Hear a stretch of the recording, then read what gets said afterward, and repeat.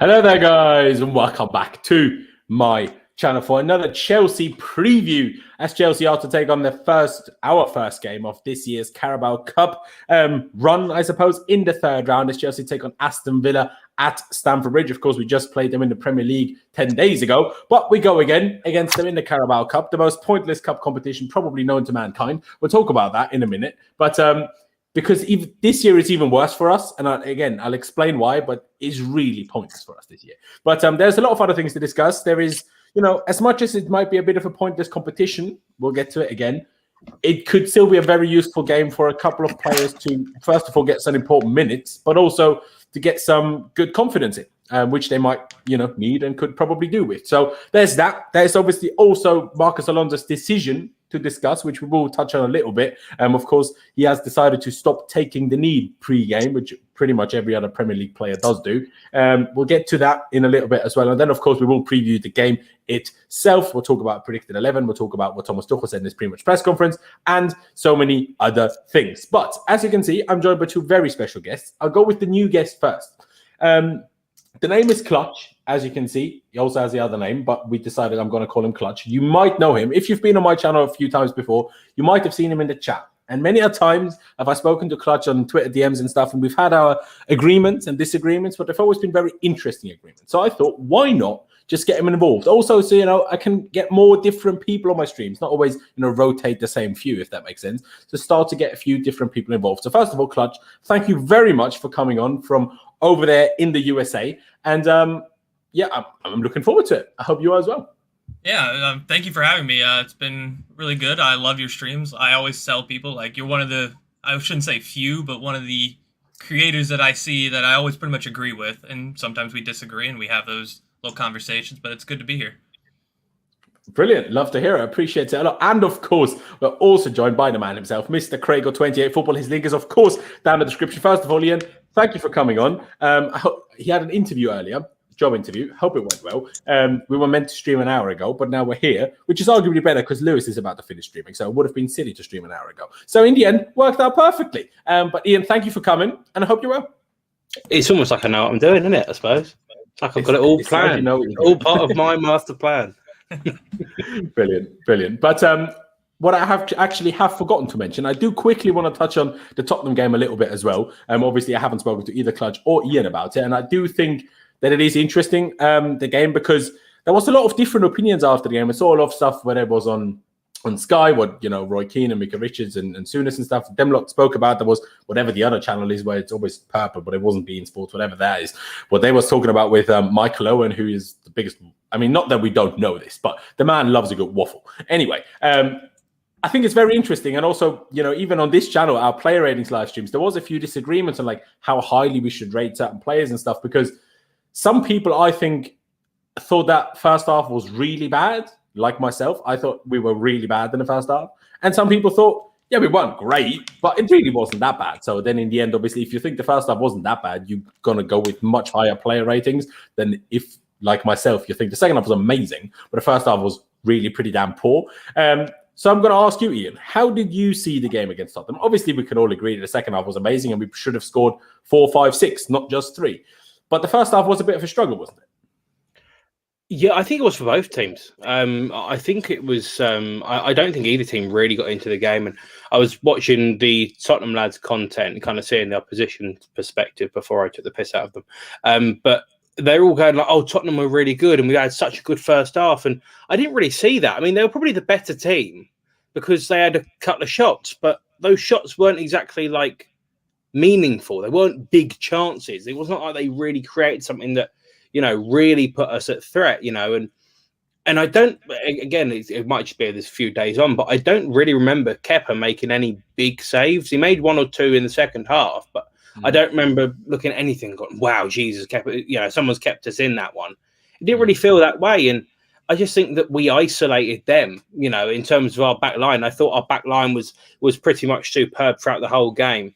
And you're seeing Thiago Silva dealing with Son the way that he did. And obviously Son has got many, many years on Thiago Silva, but, it didn't make a difference to us. I didn't think that we were wonderful in the first half, but I didn't think we were bad either. I thought that certain players had their problems. I mean, I love Mason Mount. He was very poor in the first half. However, we did get forward. We did create opportunities to go forward. And I don't think it was that bad. It could have been better, of course. It always can be. But, I don't think it's, shocking. Yeah, I do see what you mean. For me, it's probably also a case of the expectations have gone up so much with how well we almost expect Chelsea to play and how much control we expect Chelsea to have with a few oppositions that give us an exception to that rule. Like, say, when we play City or Liverpool, we're all a bit more accepting of having a bit less control, if that makes sense. But while I completely agree they didn't really do anything really threatening, I think that was partly down to them also bottling it. For example, the one moment where Christensen stepped out and missed Dele Alli and then Reguilon was going down the left. If he just plays a somewhat decent cross, they are 1-0 up. Do you know what I mean? Yeah. And sure, that didn't actually lead and end up in a huge chance for them. But that wasn't because we defended it well. That was because they messed it up. And that part, I don't care about when I'm thinking about how well did we play, if that makes sense. And sure, Christensen did defend it really well. That really early chance for Harry Kane, if Christensen doesn't get his leg in there, we're 1-0 down after 2 minutes. Sure, that's what you have a defender for, and he did his job really well. But I just think our press wasn't very good, and Ndombele went round Kovacic every single time we wanted to. Mason Mount and Kai Havertz were both absolutely dreadful, so Lukaku was on his, up the pitch completely on his own all the time, which was also very difficult for him then, obviously. And I just didn't like how much of a lack of control we had.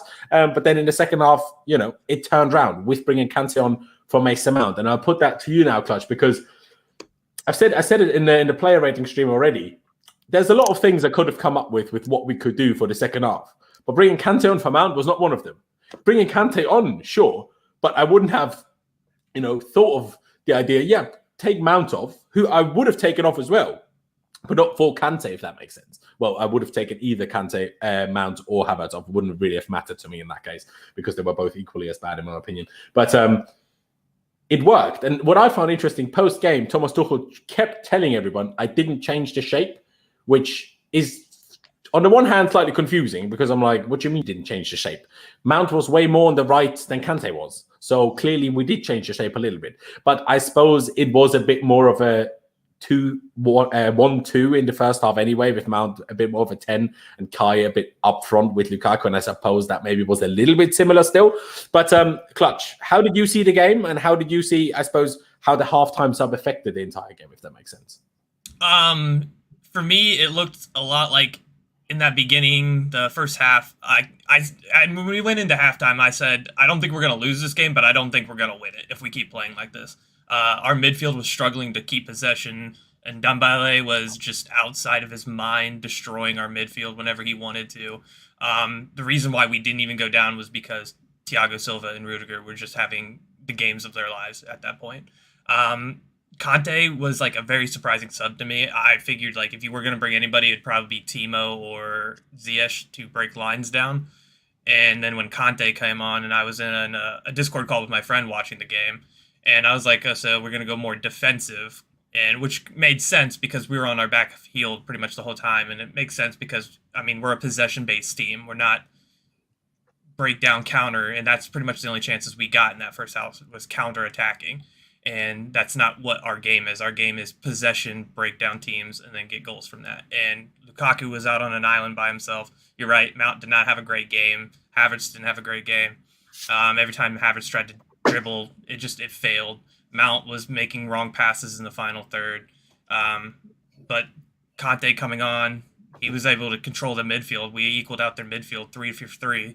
So we ended up just being as equal to them in our midfield, and then Ndombele couldn't do anything because at that point Kante was all over him. So it just goes to show you that Tuchel knows what he's doing, and I do think it was a shape change. I do think it was 2 up top and then 3 in the middle. But he said it wasn't.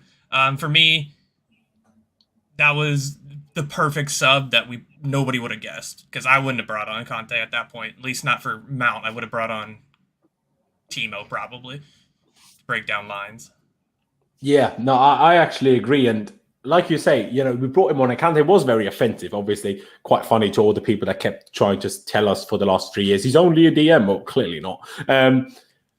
But as much as Kante was brilliant when he came on, and sure, he helped us, I think the halftime talk, I think, played a big part. And I think also just the fact that it was Mount that was taken off, in my opinion, gave a huge kick up the arse of the rest of the team. So as much as the change itself and having Kante on the pitch is always helpful when you want to win second balls more, which was kind of our biggest struggle in the first half, of course that will help. But I think the fact that Mount was taken off, who is so influential to us, who is 9 times out of 10 one of our best players. I'm sure, like, against Tottenham it was poor, but most often than not, he is one of our better players and one of our most consistent players. And for him to be taken off, I think, was a bit of a statement. And I think that's also why the whole thing worked as well as it did in the second half. So Tuchel, not only did he really well in who he picked to bring on, but also who he picked to bring off, but not just in terms of performance, but also just to really show everyone this is not good enough. We need more here. And I think that worked really well. Would you agree, Ian? Yeah, and it kind of made me think back to the Southampton game last year. I think it was, last year away from home when brought on Callum Hudson-Odoi and took him off again. You know, if it ain't working, Thomas Tuchel ain't afraid to make that change. He ain't afraid to make that sub. Obviously, it was a bit different last year when we had different amounts of subs and whatever, but, you know, it still proves a point. And I think a lot's being made of the change and you know, the actual bringing in of Kante and what he's going to do. We dominated midfield when Kante came on. That's obvious. That's black and white. Everyone can see it. You know, the game changed massively from midfield, but the result or the game didn't change from a defensive point of view. It still was to go and keep them out, but it took the pressure off Lukaku by bringing on Kante, which sounds very bizarre, but before it was, we're going to go and score, you know, 2 or 3 past you and Lukaku is going to be influential. You know, it was just about getting the result. It was just about getting the result. And bringing on Kante wasn't a case of we're going to go and smash you and end up, we obviously did smash Spurs. It was a case of we're going to go and get the result. Don't care how we get it, why we get it, should we get it, we're going to go and get it. And obviously Thiago Silva pops up with the winner. Obviously there was 2 more that followed it. But, you know, it's that difference. It's that someone's going to go and win this game for us. Someone's going to go and get it. We don't care how, we don't care who, we don't care what the situation is. Someone's going to go and get it for us. You know, and it's really easy to just say Kante did everything, but it was the sub and it was the great mind work of Thomas Tuchel that actually made everyone step up their game. And of course, 2 of the defenders in Rudiger and Thiago Silva, who were already having, in my opinion, quite good games, then took it to another level and added a goal in. Plus keeping a clean sheet for the rest of the 45 minutes. It did a lot. And you know, obviously everyone knows my opinions on Thomas Tuchel. And when we first started, I was sceptical, of course. I would be about Chelsea and, you know, and wanting my team to do all right. But since he's come in, you know, he has thrown a completely different level of management at this team. And it's not all about the players that are on the pitch, but it's also about the standards that he sets as well. Something that I think Frank had, but again, maybe because you kind of, you know, maybe it's a little bit one of the lads and we try and do this, we try and do that. Whatever it is, the players have responded well to Thomas Tuchel, and he's done a fantastic job, and there's no other way you can say it.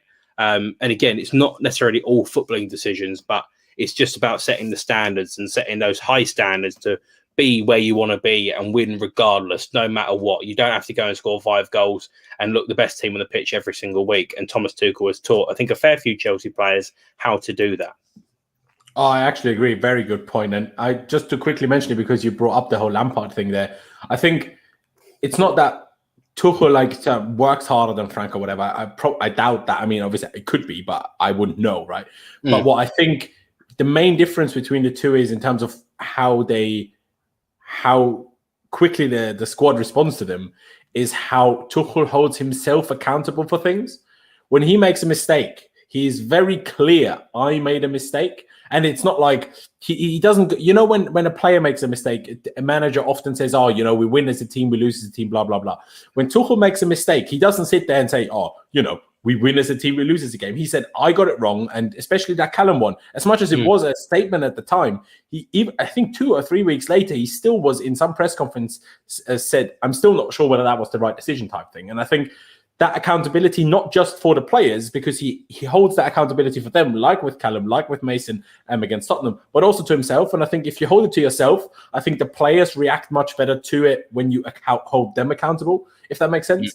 But in terms of just getting quickly back to Spurs before we round that part of the discussion off, I think part of it, and I'm not trying to, diminish what Tuchel did or what the team did in the second half. Part of it was also, and I think a lot of us were probably thinking it in the first half, Spurs pressed us extremely hard in the first half. Spurs were always going to not have the energy to sustain that for the entire game because they're not used to playing like that. A Liverpool can, a City can, we probably can, but Tottenham aren't used to pressing all game long. So they were always eventually going to break down, especially with all the injury troubles they have. And some of the players that actually did play not being fully fit. You could see how many of them went down with cramps and small injuries and this and that. Plus having Harry Kane, who's basically like being a man down if he plays like he did yesterday. Like he's pointless to have in your team. But obviously they don't even have a different striker to bring on instead of him. So sure, I get that they didn't want to lose him.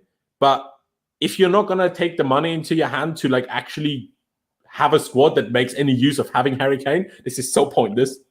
But hey-ho, it is what it is. We do have a super chat here by, gonna butcher your name, I do apologize, bro, saying Abhishek. I tried. Okay. Sorry if I butchered it. But he said, bit out of topic. It really is. But have you guys watched JoJo's Bizarre Adventures on Netflix? I have not. I've never heard of it. The only JoJo I know is we here in like the more German language, we call Jorginho JoJo rather than Georgie. So that's who I'm thinking of when you say that. Also up to Chelsea, and we should try going for the treble this season. Hey, who disagrees with that? Let's win the treble. Let's win the quadruple. Let's win the six-tuple, whatever it is. Because why not? Why not? With that said, six-tuple or whatever, if that is even the word. I want to quickly touch on the Carabao Cup thing. Because not only is it pointless because does anyone really care? Even if you win that trophy. Sure, if you're in the final, you want to win it. But are you that sad if you don't win it like from the start of the season? No. But the big deal is if we get far enough, according to CFC Daily on Twitter earlier, I saw this. I haven't checked it myself. So if this is wrong, blame him, not me. The fixtures in December in the Carabao Cup could collide with the Club World Cup fixtures. It would. So exactly. So then we're going to have to throw the Carabao Cup anyway, like Liverpool had to 2 years ago when they played Villa, actually, coincidentally. And they played like the under-17 side. Do you know what I mean? So it's so pointless. Like we should just almost on purpose lose tomorrow because what's the point in playing the 3 more games that we have until that December game that we need to throw anyway? Do you know what I mean? Like that's what makes this competition so pointless. The one thing we can say, obviously, you have a much bigger squad than Liverpool did. So even if we take 20 players or so to wherever this Club World Cup will be in the end, because I don't think it's confirmed after it's only confirmed that it's not going to be in Japan. The likes of Ross Barkley, the likes of, I don't know, Malang Sarr or Ruben potentially, Bettinelli, I guess. We could just keep them and play them in that game. And if we get lucky on a draw, you never know. We might be able to squeeze through it. Anyway, that would obviously be a madness. I mean, that would probably be the most ridiculous thing. Imagine playing back-to-back, like on back-to-back days in theory. It's probably not going to be in this very same day, but on, say, Tuesday and Wednesday, completely different sides of the world, and we win 2 games. That would be insane.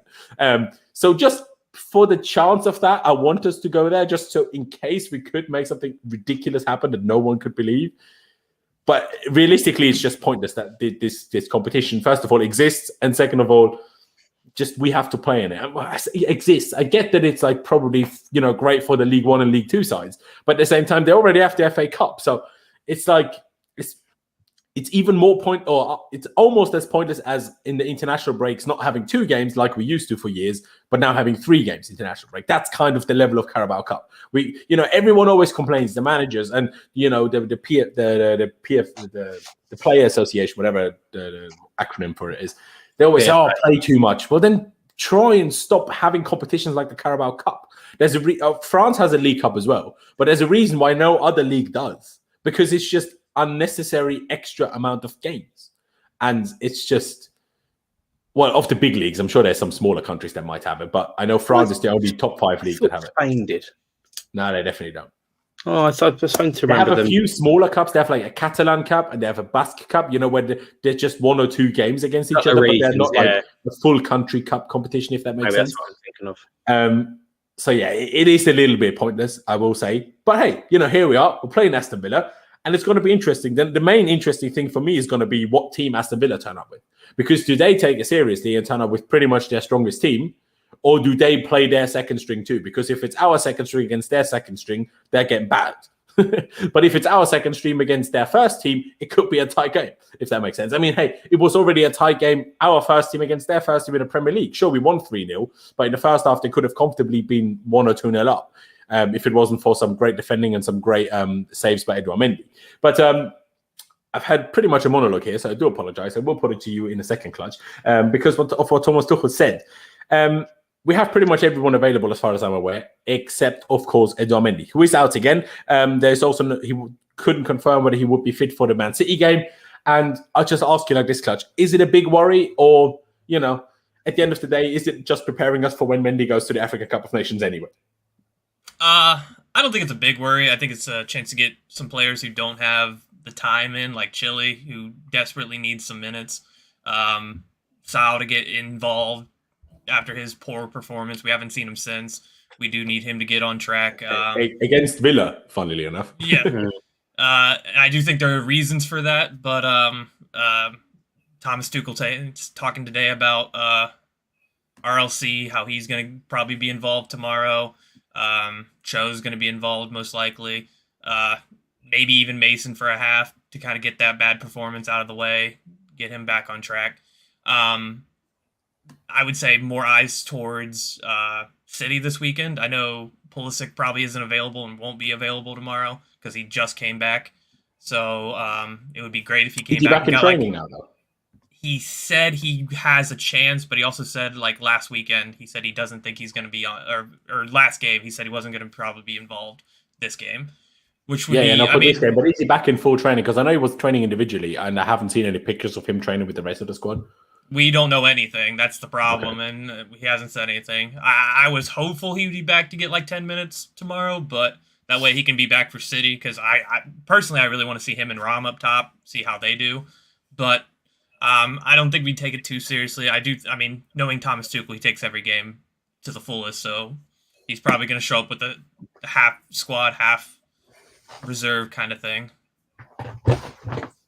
I hear you. I definitely hear that. And, I do agree with the sentiment, especially on a few of the players that you mentioned, like Chile, probably Reece as well, who didn't play the last game, will probably be involved, and the likes of Chalobah and stuff. But then there will be a few interesting ones, like Ruben, you mentioned there. Will Barkley be involved? I mean, we're pretty guaranteed, in my opinion, that Saul will start. But will a Barkley be involved? What will we do up front? Because you mentioned it there. Sure, we would all kind of love to see how the Timo and Lukaku thing together works from the start of the game, but Lukaku arguably also needs a rest. We will get to more of that in the predicted lineup stuff, but still, it's an interesting one. It's an interesting one. I suppose before we get into finally the game itself, because I want to get it out of the way, I quickly want to just touch on the whole Marcos Alonso thing. So Marcos Alonso has come out with and has decided that he will stop taking the knee in terms of the Black Lives Matter movement, as the rest of the Premier League pretty much does. As far as I'm aware, we're the only league that does this. The Belgian league might do because the Belgian national team does. But as far as I'm aware, no other leagues do this. I could be wrong. Correct me if I'm wrong. But he has decided to stop doing that and instead point to the no racism thing that he has on his sleeve. Although, do we have that for Premier League games as well? Oh, yeah, the no room for racism thing. Not the UEFA one. Yeah, true. I was thinking of the wrong one. So he instead stands there and points at that. Obviously, us three are sat here as three white boys. We're probably not the best people to make judgment calls on decisions like that. It's a difficult situation because I don't know. It's just a weird one. And to be honest, I'm surprised that Alonso would do it, because it's, even if he believes it, if that makes sense, it's risky. If that makes sense, it's risky. I do get, obviously, his intention, as far as he's explained it, is that he thinks if we keep doing the same kind of sign, it will just eventually the world will become numb to it, and it will not stand for anything anymore, if that makes sense. While if you change it up, it almost reignites the conversation. And to be honest, you could argue that's exactly what he's done already. Look at the articles, look at how many people have spoken about it, and who else was talking about Black Lives Matter for the last 2 months, or for the last few weeks, let's say it that way, right? Since the Euros. The Euros was the last time that was really last spoken about, as far as I was aware. I will also say, obviously, I don't live in England, so I can't really say how the general population of England reacts to it and why, there was the booing going on. Sure, I see things on Twitter and I see things what journalists talk about, but I can't say I have the hands-on knowledge of why people do or think what they do. Like I said, I do see what he's saying with that it will become numb to it, but like Thomas Tuchel also said in his press conference that he, when he was asked about it, he said, while he accepts it and sees what he means, the part I'm not sure about, and I think Tuchel touched on it as well, like that, if one player now stops kneeling, that doesn't really have the wished for effect either, I don't think. Then it just becomes a division again, and that's also not what we want. But so, hey, I don't think we're going to get much more into it because, like I said, it's a difficult subject and it's difficult to, like I said, for me to judge if that's right or not. Like, how would I know? Like, I'm, fortunately for me, not really affected. So, but that's also, again, almost sounding like the wrong thing. Obviously, it affects everyone, but you get what I mean. So it's a tough one that I don't really want to spend too much time on, but it's just such a big topic and everyone's talking about it. So I'm like, okay, let's at least explain the situation. And hey, I suppose everyone, make up your own mind. I suppose Will Zaha did the same thing, to be fair. Yeah. Will Zaha stopped kneeling all the same. I'm not sure if he still stops kneeling, but there was a time late last season when he stopped. So, yeah. But let's get that out of the way. Of course, guys, if you have any thoughts on it, put it in the chat. But aside from that, I think we're going to move on to the Aston Villa game. Ian, obviously we talked about how, I suppose, to some extent pointless the Carabao Cup is, but going into the game, is it still a game that you want to win, or is it one of the few games that we'll have to see where you're like, I'm not really that bothered, even if it doesn't go well? Well, the Carabao Cup is actually one that I quite enjoy. Really? Oh, sorry. Midweek, cheap tickets. I feel like it's a really good opportunity to engage with certain people, to engage with clubs. And it was my first game. I went to Chelsea West Ham, was in a League Cup game. And the reason I've got a real affiliation to it is because the final's normally around my birthday. So that's kind of like a little soft spot. I spent many a birthday kind of watching the cup final. But I mean, for me, you want to go and win every game you potentially can, and you want to win every competition that you can, and that's the way that we should go about it. Because as you said, the reason why Liverpool got knocked out, they got dumped out of the League Cup, was because they had the Club World Cup and they got Aston Villa. Aston Villa named a full strength side, got annihilated Liverpool 6-1, I think it was, something stupid like that. Which makes it seem even more silly when you see Bayern Munich winning a Bundesliga game 7-0 on the weekend. Yeah, and this is the thing. I mean, you just got to go in and approach every game of football as you regularly would. For all we know, Brentford last year, might have been the year before, I think it was last year, made the semi-final. And you're not saying to me, again, Brentford were a decent side, to be fair to them, but, to say that another championship side may make the semi-final, you couldn't say that as an absolute, non-possibility. If you draw that championship side in the quarter-final, which I think is the round that would be missed by the Club World Cup, if you were to draw that championship side, you have to back, I think, I'm trying to think about players that would go. I think a lot of the squad players, would go. Obviously, you do have to think about numbers and make sure everyone's got minutes and averaging it out. But at the same time, someone like Loftus-Cheek, someone like Barkley, someone like Malang Sarr, you've got enough, The only fear is you named those 3 or 4 and I named those 3 or 4. But as I was naming them, I'm like, yeah, but who else? You have this is maybe a Lewis Baker, but after that, who are you going to play up front? Johnson Bell? Sure, you can do that, but it's not putting us in a position where it's likely we're going to win, in my opinion. No, but at the same time, again, it depends on who you draw. If you draw Man City in that quarterfinal, you're not winning it. No, because they don't care about you. They would just go and absolutely whack you for 6 and go big dubs. But if you draw a championship side, you draw Derby at the minute. They have obviously a terrible run of form. We're beating them. They barely have a squad even at the best of times. This is what I'm saying. That's the thing. You've got to go and approach every single game as if you can go and win it, and come round to the Club World Cup, which wherever it may be. You just got to go about and just do what you can do and control what you can control, which is trying to win games of football. The other thing that might happen as well, which I don't think a lot of people are talking about, is the Club World Cup date may be moved depending on where the location is. I'm not. It's a bit cool, Yeah, I'm not. I doubt it will. But to say again, is it? No, you're right. It could. Is it a possibility? Yeah, completely. That Club World Cup can be moved to January's the African Cup of Nations, isn't it? Mm-hmm. Yeah, so it could be done before that. It could be done bang on straight after Christmas. It could be done in, whereas after the Christmas fixtures, there's always like a week or 10 days where there's only one game or no game, depending on if you're still in a cup or not. Yeah. Could play there. But then again, we're not just thinking about us here. There's this team from Brazil. Yeah. Brazil, or who won they haven't played the final yet. They haven't played the final of that yet. Yeah. So that's it can't be any earlier because that final, I think, is about 4 or 5 weeks before the current start date of the tournament. So it can't be any earlier than that. So they're only looking potentially afterwards. And obviously with Europa League, Champions League, it could be moved into January. Do I think it's likely? Maybe not. But especially with the African Cup being then as well. Yeah, but at the same time, is it impossible? No, not at all. All you got to do is just go about your business and do what you can. Because if we get through to the quarterfinal and we're the only Premier League team left in it, highly unlikely to happen. But if we're the only Premier League team left in it and we get to the quarterfinal, then we can afford to play, a couple of kids and Ross Barkley and Loftus-Cheek and a handful of others as well. You can afford to do it because you've got that squad depth. And it's a little bit of a burden at the moment, having some big wages on board that we don't actually need to have. But at the same time, if it works out for this game, let's try and make the most out of it. Let's make Loftus-Cheek show the world what he can do. It doesn't matter who it's against. Don't matter if we get knocked out, because then we go, well, we only had half a team, fair play. But you just got to go and do what you can do and just control what you can, which is, can we potentially win this game of football? Yes. Let's go and do it.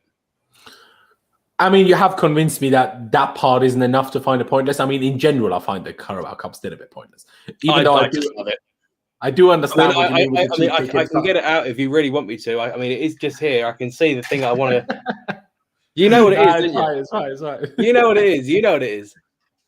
But you know what? Like, I get the perspective that you have. Obviously, living somewhat close to Stamford Bridge, that it's an opportunity for a cheap ticket. Living abroad, you don't have that advantage to it, if that makes sense. So all you really have is I'm also not a big fan of the Champions League group stages. I know people are confused when I say that, but I'm like, as a team like us, especially as the holders, all you can do is lose. Even if we win every single game, no one gives a damn. No one does. And it's the same as no one gives a damn if we get to the Carabao Cup semi-finals.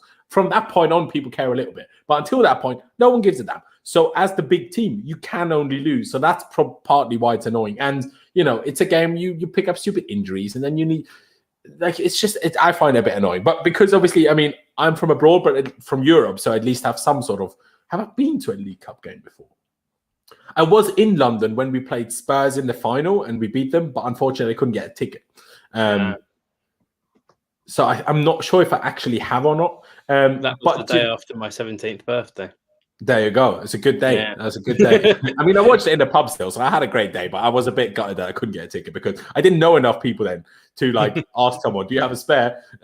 Anyway, Clutch, just to give it a different perspective, obviously you being from America, what do you think about the Carabao Cup? Is it a competition that you care much about, or how do you see the fact that there in England is 2 cup competitions, I suppose? I really don't like it. Because, like you said, you can get needless injuries to players that you really don't need to have injuries to. I.e., if you had Mendy and we use Mendy because we're too afraid to use Kepa, and he gets hurt, then we can't have him for Saturday against Man City. I don't like it because you can get pointless injuries to players. But also at the same time, it's you already got the FA Cup, which... to me, I mean, I'm not from England, so I can't really say what it means to me because I like Champions League. I like the league as it is.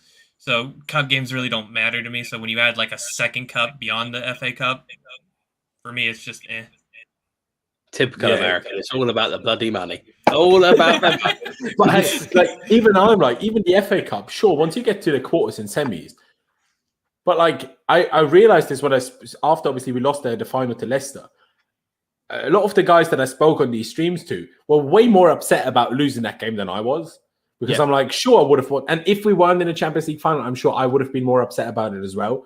But I was like, the only reason I was really upset is because we keep losing that FA Cup final, and it's really triggering.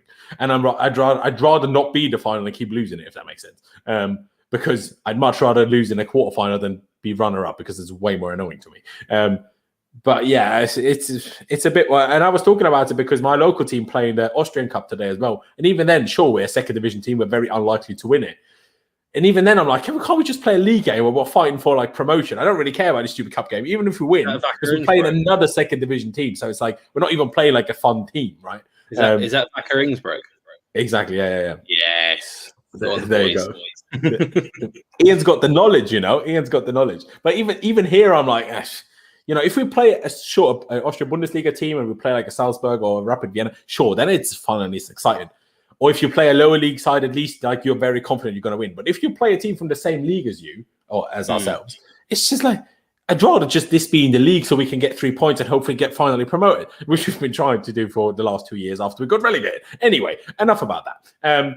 Let's move on and let's just get to the game itself. And let's get to talking about the lineups as well, because we mentioned a fair few players here who we think could/should get some minutes. So let's get into a predicted 11/ what we would like to see. It always ends up a bit of a mix of the two, because I think Clutch made an interesting point here. Because Mendy is a doubt for City as well, do you still play Kepa tomorrow, or do you play Bettinelli just to make sure you have Kepa available for City just in case?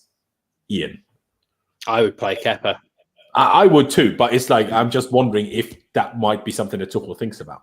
I think the way that Thomas Tuchel's team is set up, again, with the 3 players at the back, you don't want to concede a hell of a lot of chances. If you keep the ball and you do your job, you keep the ball away from Kepa, he's fine.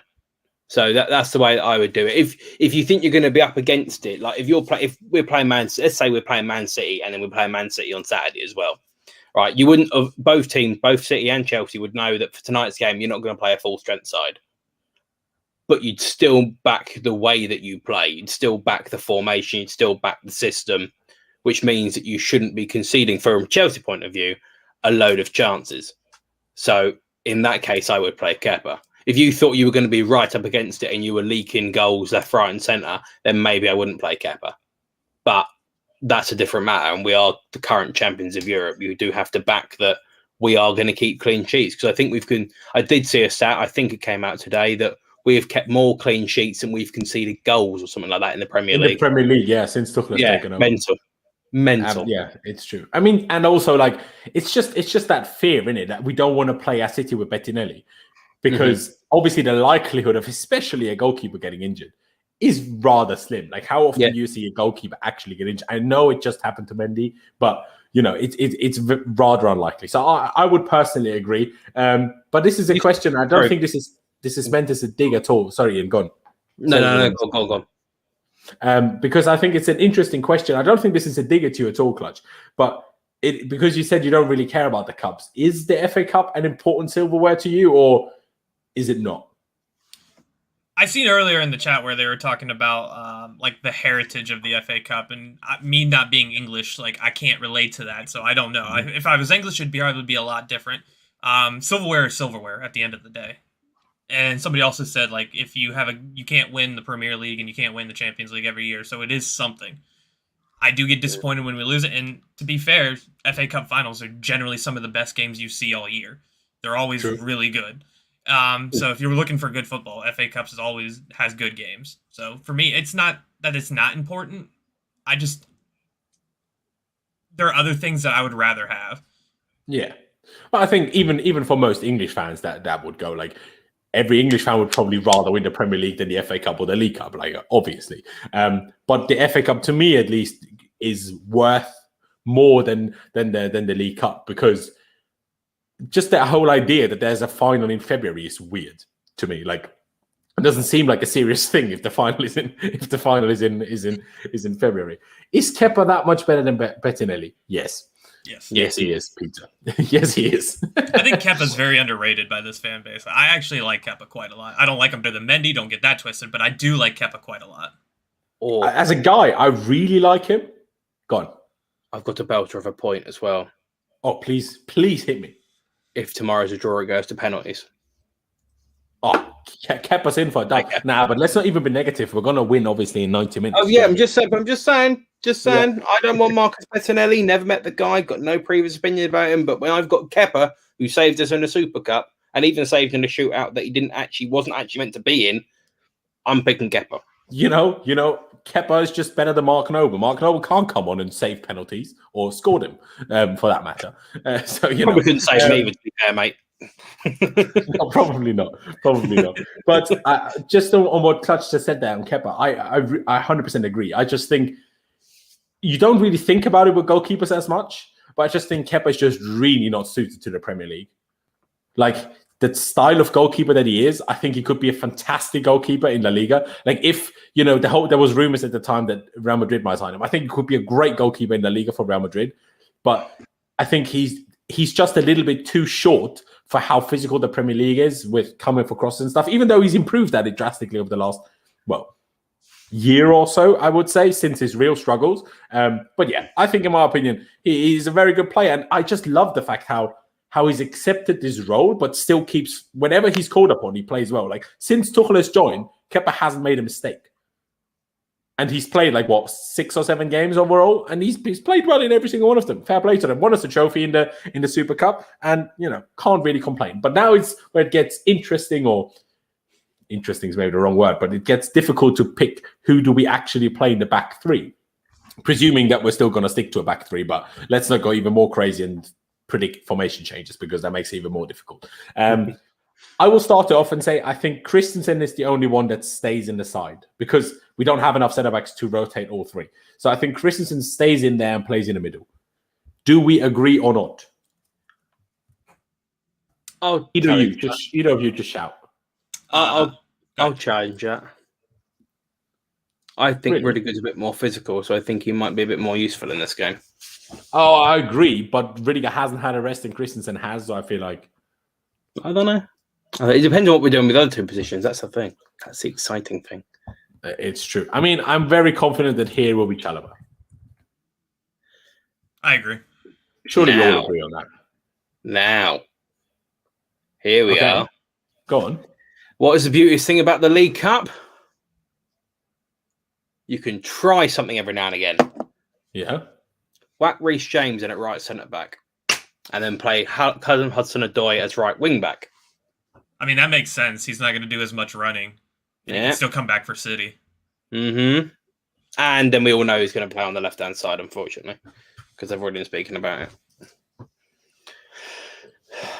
I think Cho gets a right wing back tomorrow, if I'm being honest. I'd love him to play. I'd actually love him to play as a forward, Callum Hudson-Odoi. I would too. Just as a... I think he will play as a forward.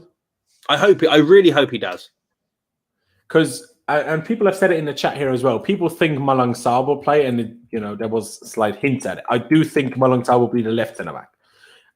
But there is obviously a chance, what Ian said, that Christensen gets a rest, Chalobah plays in the middle, and Reece plays on the right. That is a possibility. But I feel like unless Mount plays, like Clutch mentioned earlier, or was it you, Ian, to get the bad game out of his system, unless for that reason Mount plays, because Pulisic isn't fit, we'll get to obviously the front three, but I think Ziyech and Callum will be our forwards behind the striker. Yeah, I'd agree with that. And then therefore, if you put Callum there, you can't play him right wing back, so Reece needs to play there, so then Christensen needs to play centre back. That's my logic. I'd still probably play Rudy, but there we are. I get what you're saying. I just feel like Rudiger plays so much and will play so much because with Christensen can be rotated with Thiago much more comfortably. Well, for Rudiger, we don't have a like-for-like replacement. So that's why whenever there is a chance to rest him, we should probably use it. It's my only thing. I agree with that. I just think that he's got it ready to go, Rudy. And I just think he's the kind of person that because I saw him at an under-23s game where he just had to come back from injury and whatever. He still gave it everything. And I just do think he's one of these people that just works and works and works. What does Jan call him? Dr. Hustle. I think he could play every game. I do. I just think he's quality. It's an interesting one. Clutch, do you think do you agree with what I have on screen now, or do you think that there's going to be something different? I would agree with it. The only thing is, it's like, if you're looking towards City, because I think City, we're going to probably line up pretty much about the same that we did in the final. So we're probably going to have Reece James in that back three again with Aspie going a little bit more forward. Do you think we're going to do that again? I do think we're going to do that again. Because I don't think Pep has figured it out yet. To play with Pep, I think we're not. But different day, different discussion for a different day. Go on. Yeah, exactly. It wouldn't be that would probably be the most likely, but you never know with Tuchel. Your lineup is probably the most likely. But I could also see Rudy being in that back left position too, because I mean he is an engine. He works insanely hard every day, and he never seems like he needs a rest. Yeah, but I would like to give him a rest. I love you, Justice, but that's never going to happen. You say that. We did it in pre-season. That's a back three we had in pre-season for a game. Yeah. Didn't go well, mind you, but we had it. So I doubt it as well. Lewis Baker is not playing centre-back. Like that. I actually really like Lewis Baker. I've met him a few times. He's a really sound guy. Very good footballer as well, but it's just not going to work out. Yeah, it's not going to work out. If we play that as well. If we play that, to me, it sounds like we're nearly trying to throw the League Cup here, if that's what we go with, in my opinion. Not because I think Baker is that bad, but also Baker has played very, very few games in his career as a centre-back. So, it would be a bit outrageous. And we're playing Villa here. Like, if we play the League One and League Two side, maybe that's a different scenario. Maybe then this could be something to think about. But we're playing Aston Villa here, who, because, I don't know, they're not going to win the Premier League. So they might want a good cup run here. So they might go with a very nearly their strongest 11. And, if you're in that position, that back three just, gives me nightmares. Honestly, gives me nightmares. But I'll leave it as that now, but have the caveat that Ian disagrees. And we can come back to where Ian exactly disagrees once we have the full team, if that make sense. I'm sure, Ian, if you presume that is the back three, you would also presume that Reece James start right wing back? Yeah, if that is the case, then yes. Yeah, and so then we're all in agreement on that. And here, I mean, I think we're all hoping and begging that Joe will finally get the minutes, right? I wasn't sure what exactly you meant, Ian, because you seemed a bit disappointed. We all know he's going to play. Did you mean Chilwell or did you mean Alonso? Or because I wasn't really sure how you meant that. Or me? Yeah, I think you said something we all knew he was going to play on the left. Oh, no, the left centre-back spot. Okay. Yeah, that's what I'm disappointed by. Okay. Maybe he changes my opinion. I don't know. I'm not going to put money on it. He wasn't great in pre-season. That is true. Yeah. But, Chile, I just hope I'm 99.9% sure that he gets this start. And after this start, it will be a case of him or Alonso who's on better form, who suits the opponent better. Because until now, it wasn't a case of Alonso really being picked over Chilwell. It was more of a case of Chile just was match fit. People kept telling me, but he's fit. He has been injured. I'm like, it doesn't matter. If you haven't played competitive football for over 100 days, and because you came back so late from preseason after Gareth Southgate screwed your summer, you didn't have any preseason games either. Where's he going to get his match sharpness from? So, after this, we can talk. Should Chilwell, like if Alonso plays, say, against City, then you could say that's weird of Tuchel now. But until now, it was fair enough. But now Chile just needs to start, right, Clutch? Yeah, I'd agree. He needs the minutes. He needs time. I'm not so much scared for his season because, I mean, we all know what he can do. He was in the final. He proved his worth. It's the unfortunate situation of him having to go to the Euros, get no time in the Euros, while Alonso is still in training with Tuchel every day. So Chile he needs to play well this game to show that, hey, I'm still here. I'm here to stay. And unlike Pius, I don't not rate Alonso. I think Alonso is good at what Alonso is for, which is the left wing back position. But if we ever were to switch to a left back, I don't really want Alonso there. So that's what kind of scares me about Chilwell not playing a lot, is if we do end up needing to ever change that formation and Chilwell's not here or not fit or something, we don't have that ability to go back to it.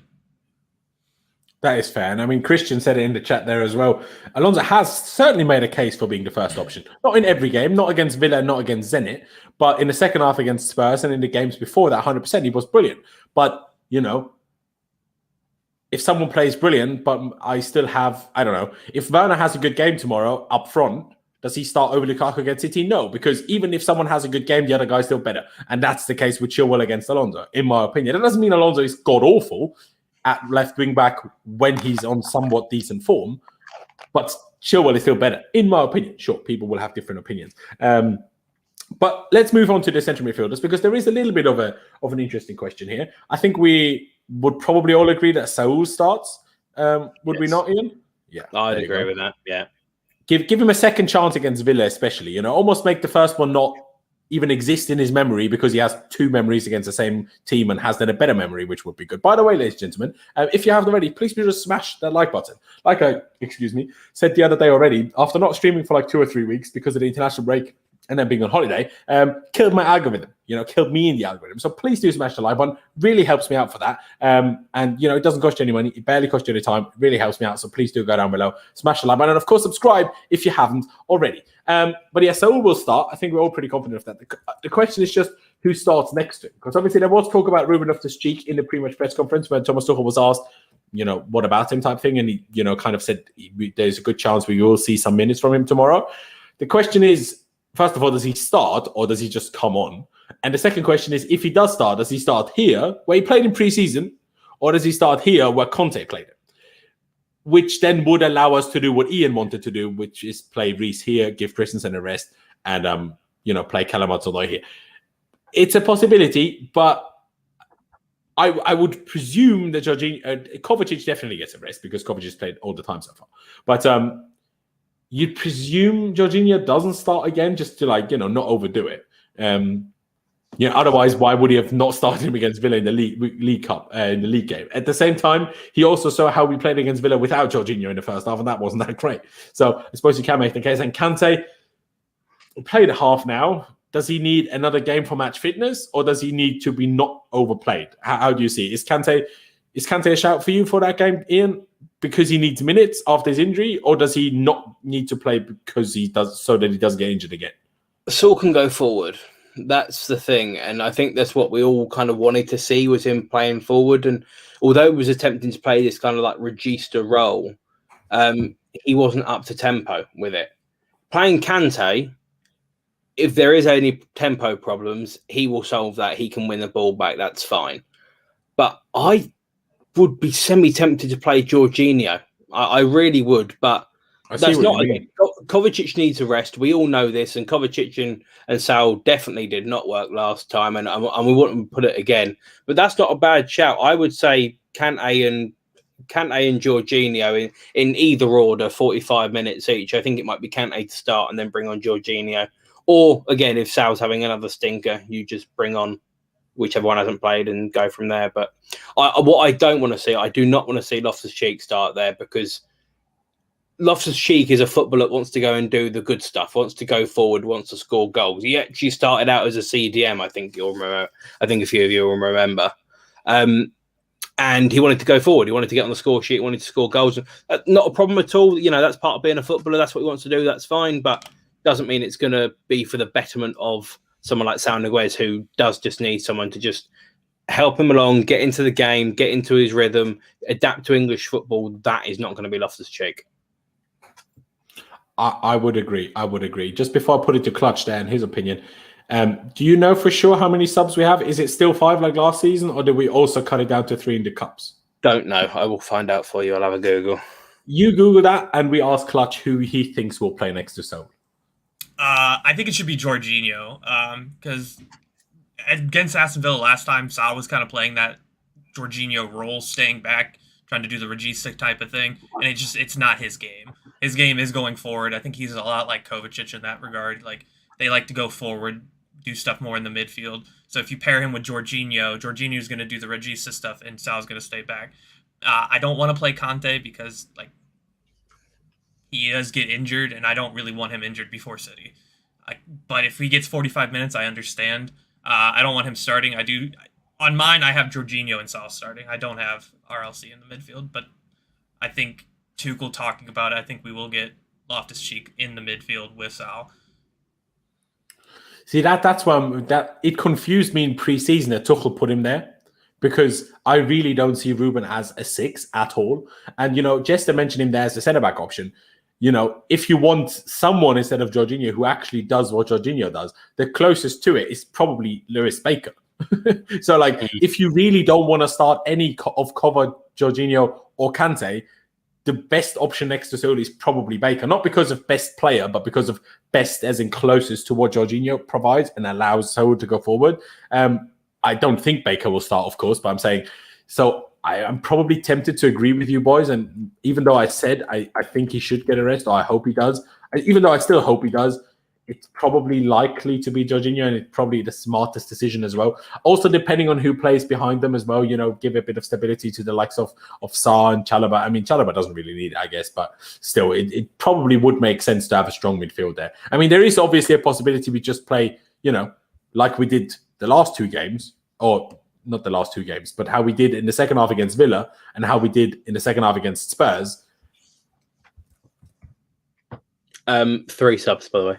3 subs only? That's outrageous. Yeah. Well, I suppose it's because of the smaller teams, isn't it, that are in it. Yeah, but see, I disagree with this argument. That is an advantage to the big teams. I think it's more of an advantage to the small teams because small teams win games by running more than the big teams, and it's easier to run more if you have more subs.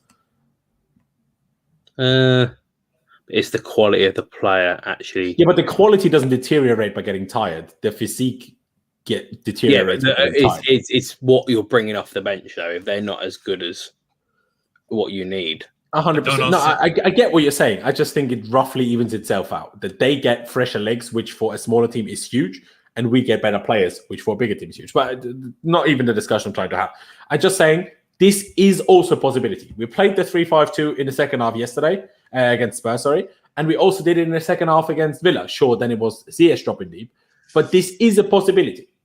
Does anyone think it's a real possibility that we could see start, Ian? Not to start, no. I don't think Ruben Loftus-Cheek is going to get given that much of a, go out and do it, lad, kind of opportunity. But I'd like him to. I'd like, everyone deserves a chance, but I just don't think he's going to get given that run around like a headless chicken and go and win us the game kind of thing. It doesn't seem like the kind of thing that Thomas Tuchel would do. And if you do that, who do you play up top? Yeah, it's probably going to be Timo. We know Lukaku. Timo's going to be one of them for sure. Timo has to play up front. So who do you pair with Timo up top? Joe? Like it'd be 2 small guys that aren't going to win headers, and they're just going to get dominated. Like this, if with a midfield 3, you'd have to go Timo and Kai, in my opinion, and then maybe Kai doesn't start against City. But presuming that we're probably still more likely to play the 4-2-3-1, let me just change it around again. Then I reckon I'll just say mine, and you can obviously say what you think. I say Timo starts up here. I know I would love to see him with Lukaku as well, but Lukaku needs a rest, in my opinion. The guy's so big, you can't let the guy run so much every game. Like when you're that big, even just running has way more of an effect on your joints, on your body, on your bones than it does for like a small guy, say like, I don't know, Mount. Mount can run and like work way more and way longer than a Lukaku can. Even a Rudiger can, because Rudiger is strong as anything, but he's fairly slim still. While Lukaku is obviously a big guy, even though he's slimmed down drastically, obviously. We can't overdo it with Lukaku because we're so reliant on the guy. We can't overdo it. But my hope would be Cho here and Ziyech here. That's what I would do with the front 3. I'd tell you what might be another shout as well, just thinking about it. It could potentially be Mason Mount playing in midfield, help out with the legwork of that Sal Niguez might not be up to speed with, potentially. I don't think Jorginho, though. Yeah, maybe. I don't think it could happen. I do think it's a. I see what you mean. I will say this because I forgot to mention it because you both mentioned this. Saul obviously tried to play this regista or controlling role of the deeper midfielder. I think we shouldn't after one half that was really bad, say he now never can do that role. Maybe he just had a bad day. Maybe he just needs to get used to English football. The Carabao Cup should also be a tad easier than the Prem, just because Villa won't be quite as on it and presumably also not play quite as strong of a team. So there is also a chance, even if he does the same role again as he did in the first 45 against Villa in the league, there's still a good chance he's already better. Just also because I presume he would have learned a lot from that experience. So it's a shout to be made, But the only thing I worry about with this team, I completely agree the front 3, and I think it should be this is a very important thing. Callum Hudson-Odoi should be on the left-hand side. He likes to cut in on his right foot. If that's the only thing he can do, then fine, so be it. But as a right winger, he doesn't, for me, have the same impact. I'd love to see him play out there and get down the outside. But again, if you're crossing it into Werner... If you're going to play him right wing, might as well play him right wing back. Yeah, and especially if you're crossing it into Timo as well. I mean, he's not going to win that ball in the air, is he? You know, it's got to be everything's got to be quick. But the thing I do really worry about with this team is that three, the left-sided three of Sal, Chilwell, and Sarr. Chilwell obviously hasn't done anything wrong; he just hasn't played any games. And if he isn't ready to go, and Sal isn't as comfortable as we hope he's going to be, and Sarr isn't as comfortable as we hope he's going to be, they could just expose the hell out of that. And even then, swapping it round. But no, just to quickly interrupt you, because in the last game, surprisingly, even though Saul is left-footed and Kova is right-footed, Saul was on the right, Kova was on the left. So actually, it's probably more likely this way around anyway. But I still see your point. Even then, I still don't know if I love that, only because, again, Chilwell, if he loses the ball, Jorginho is a little bit lacking of pace and mobility. Could he be able to get in and help out? You don't know. There's too many different questions around there because we just don't know what Sarr's going to offer us. That's the thing. That is very, very true. You know, there's so many unknowns with this whole lineup thing. It's too. But isn't that my only small counter argument to that would be tomorrow we're not going to see any new debuts, but when we first debuted Chalobah, wasn't it arguably equally as risky as when we now debuting Sarr? Mm-hmm. Yeah. And isn't that at some point, if you're going to debut someone, there's always going to be a risk? But Chalobah has also played in English football before, where Sarr hadn't. That is true. That's the only difference I would say. And Sarr has had his kind of like start, which was obviously shocking against Tottenham in the second half. It was awful. Yeah. But Chalobah had, I think it was the Bournemouth game he played. Was it the Bournemouth one? I think the pre-season. Yeah, I think it was Bournemouth that he played in pre-season. Yeah. Well, he played in every pre-season game anyway. So yeah, but then obviously it had the Super Cup, and it was like, oh, you know, but you kind of knew what you were getting. It was a little bit of a surprise, but again, there were still comfortable players next to him, which made it all fine. But again, it's the same thing when you have Chalobah playing with Callum Hudson-Odoi. Callum Hudson-Odoi wants to go and do the forward stuff, which can leave Chalobah a little bit isolated at times. Because although we're going, oh yeah, he's one of the best youngsters that we've got, he still is a youngster, and he still could get found out if you, again, isolate him and cause problems for him that are unnecessary. I see what you're saying, but my question is your solution just moving Reece back and taking Sarr out? And then who starts instead of Joe in the front three? Mason? Okay.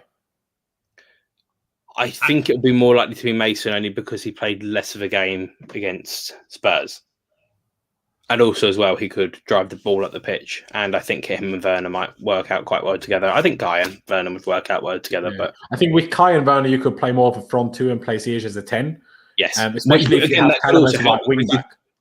But then also you could then decide to just, you know, play him as a number 10 anyway, and then drop him into midfield 3 and make sure you win that battle. True. So, very true. Yeah. So, Clutch, on the argument that Ian's just made with Sarr, do you agree with that? Or yeah, I do. I think that James will go back into the back 3, and I think Chalobah will go to the left side, and I do think Cho will end up being right wing back, and Mason will go up to the top.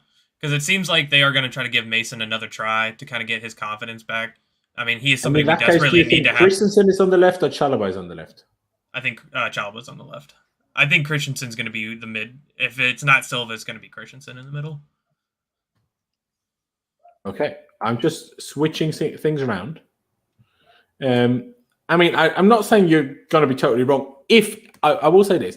If it is Tuchel's plan to play Reece there like he did in the Champions League final, then this, I think, is actually a good shout. Just to give Reece, another couple of minutes there. I know he did it so well in the Champions League final. It's still not his used position. So a few extra minutes in a position that he's not super used to can only be helpful. So I wouldn't be upset by this by any means.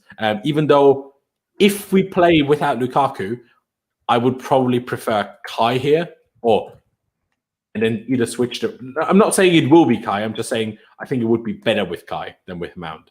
I think it makes more sense with Kai, but yeah, I think after the half Mason had, I don't think he's going to drop him. I really don't. I think he's going to try to get him back so when he comes in for City, he'll be fine.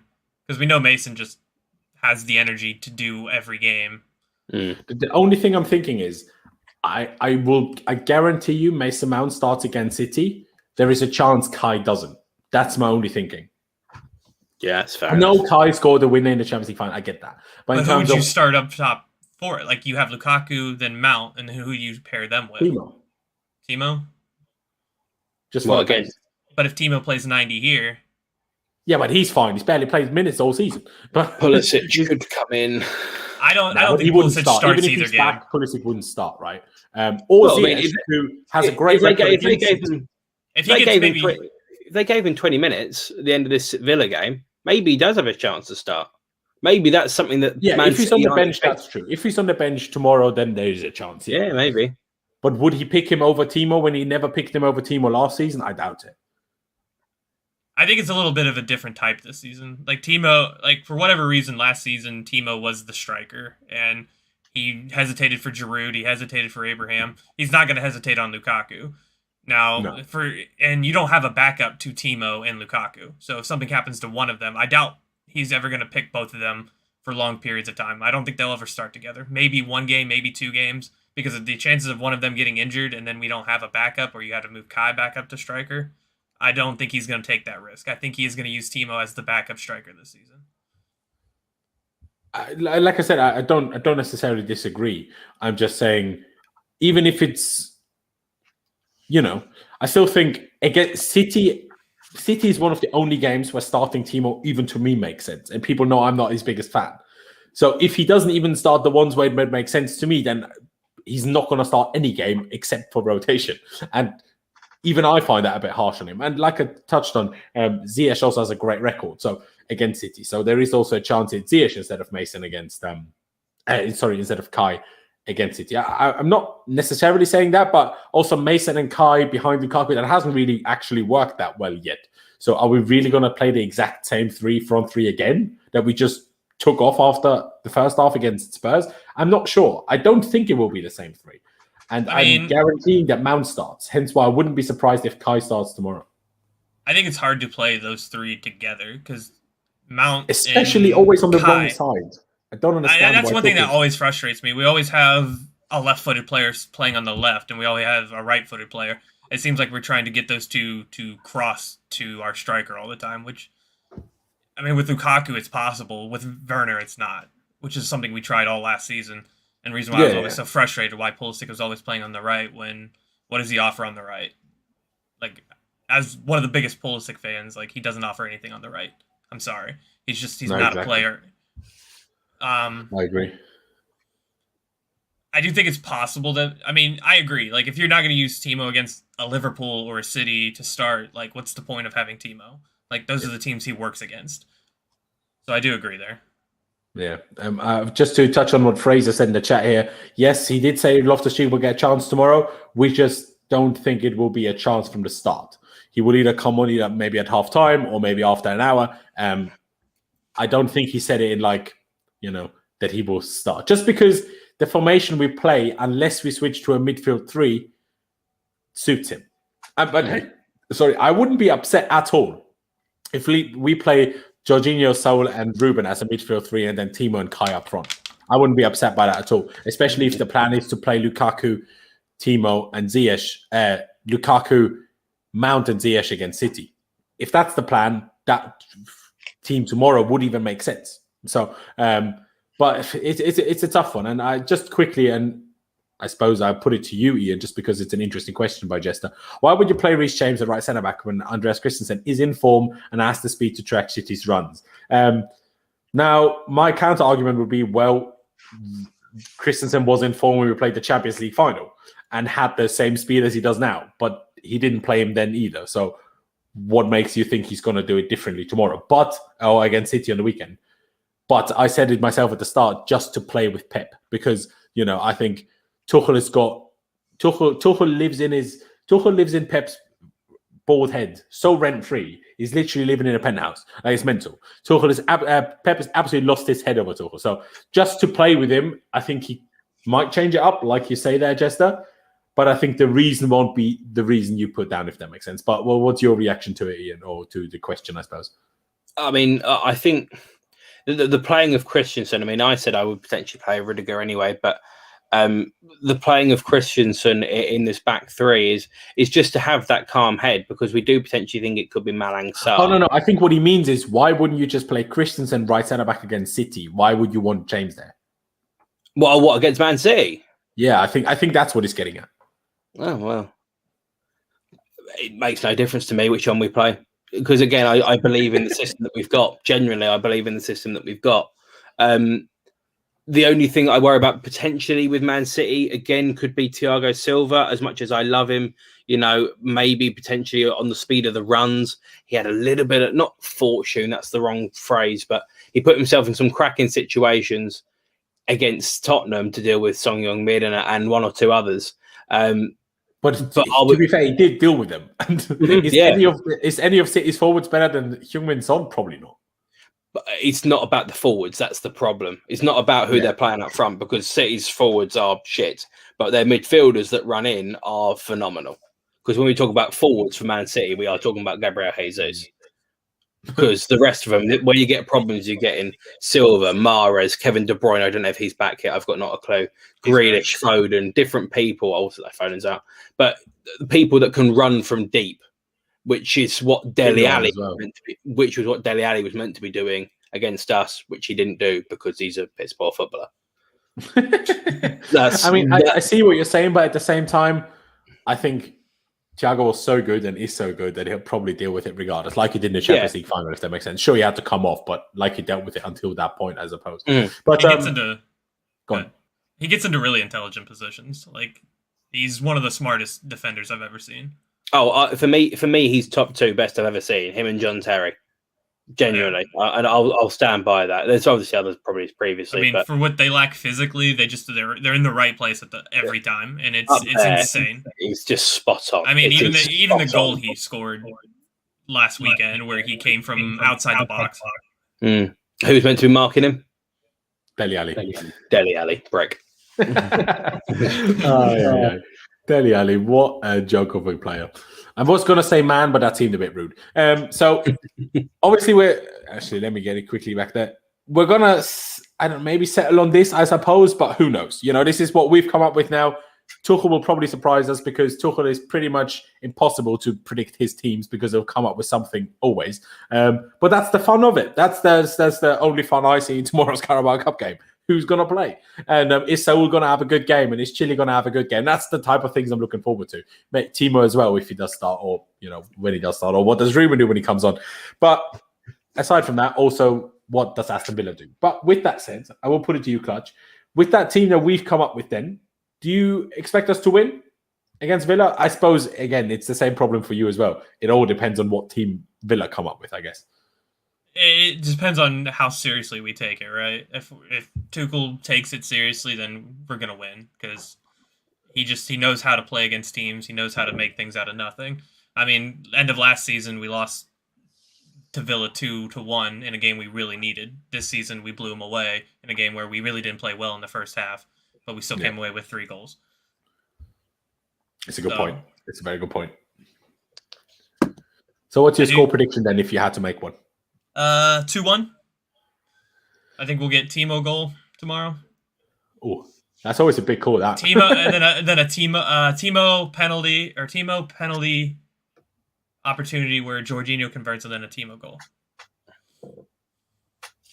Could be. Hey, it could be. Hey, as much as I'm not a fan of him as a footballer, for him as a guy, I'd be very happy for him if that's the way it would I'm go hoping he was working on chipping all last 3 days, because he doesn't know how to do that. No, he really doesn't. And did you, by the way, any of you guys, did you see the Juve against Milan highlights of the weekend? When Morata in the 3rd minutes of the game scored outrageously gorgeous chip over the Milan goalkeeper. Like, he obviously had the whole half of the pitch. It was basically like Torres against Barcelona, rather than in the 92nd, it was in the second. And instead of rounding the keeper, he just chipped him, and it was an outrageous chip into the side net and perfect. Honestly, people take the piss out of Morata, and me and Lewis have argued about this before. I think Morata is significantly better footballer than Timo Werner, but hey ho. I think as a striker, yeah, as the striker that he needs to be. Like you would have, like I think Timo. My problem with Timo is like he's not suited for the Premier League. You got like 2 teams that he works against, and then everybody else. It's just like it's not hard to defend against him because you're not going to allow him to run in behind, which is what he wants to do. And he doesn't have the dribbling ability to do anything if he does get the ball in that final third.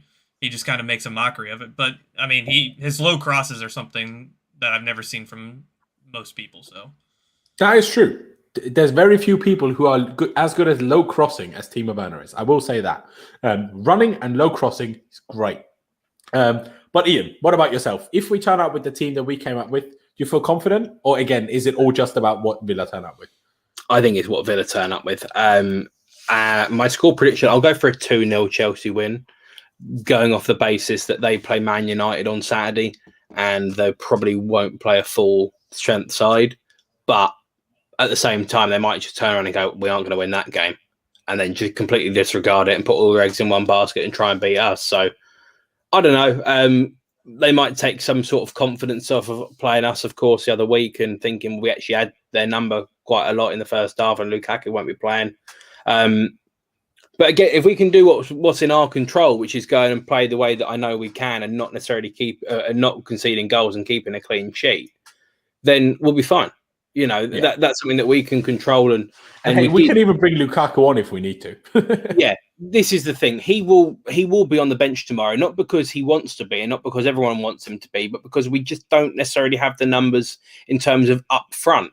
You know, because if you play Kai and Timo, that's 2 of your front or your attacking 3 options. You know, whether it be a false 9 in Kai or the second striker in Timo. All you've got to bring on other than them is Lukaku. So don't be surprised to see him be, you know, on the bench, not necessarily involved. But again, if it all does go tits up, then he's coming on.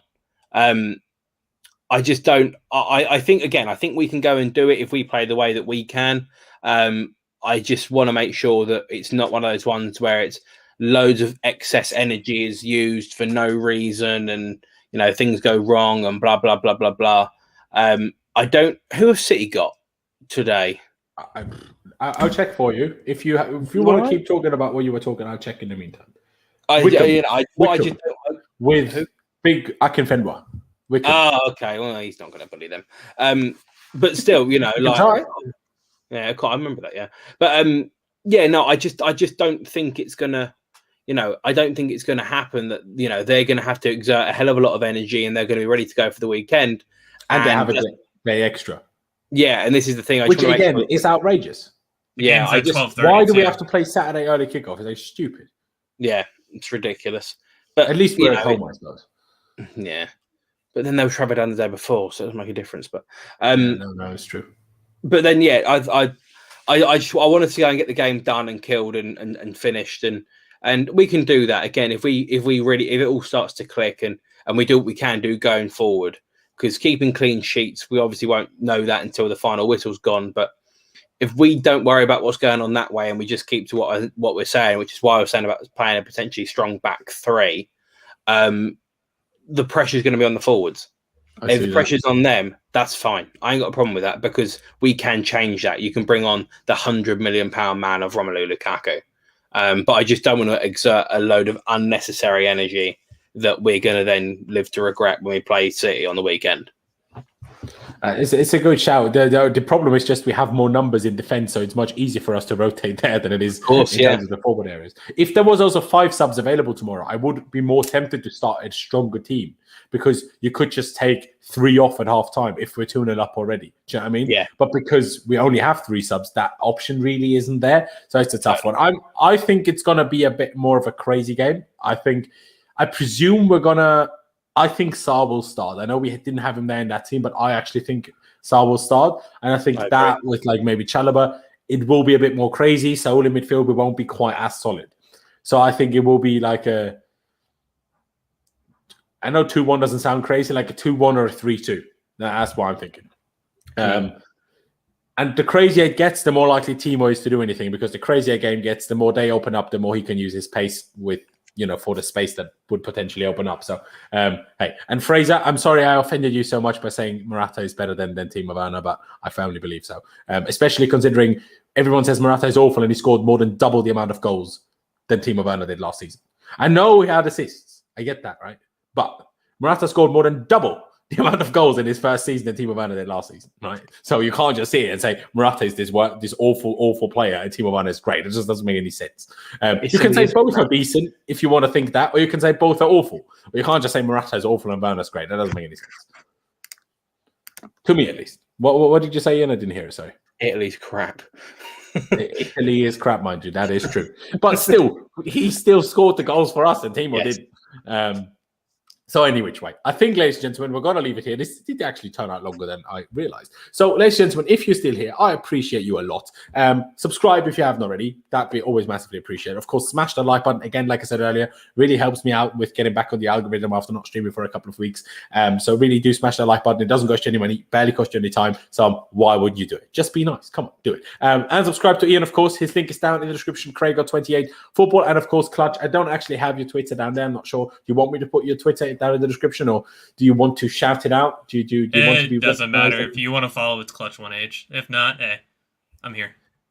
There you go. Clutch, I appreciate you so much for coming on. I've thoroughly enjoyed it. We'll definitely have you back on soon at some point. And the same obviously goes for you, Ian. Thank you, boys, for coming. Thank you, everyone, for watching. Up the Chelsea, upwards and onwards. Let's hope we can get another dub tomorrow, because Ian convinced me that even if we have to, get to the quarterfinals, we can just win in the quarterfinals anyway, because we're gargantuan. So let's do it. Yeah. Thank you guys for watching. Up the Chelsea, upwards and onwards, and I'll see you next time.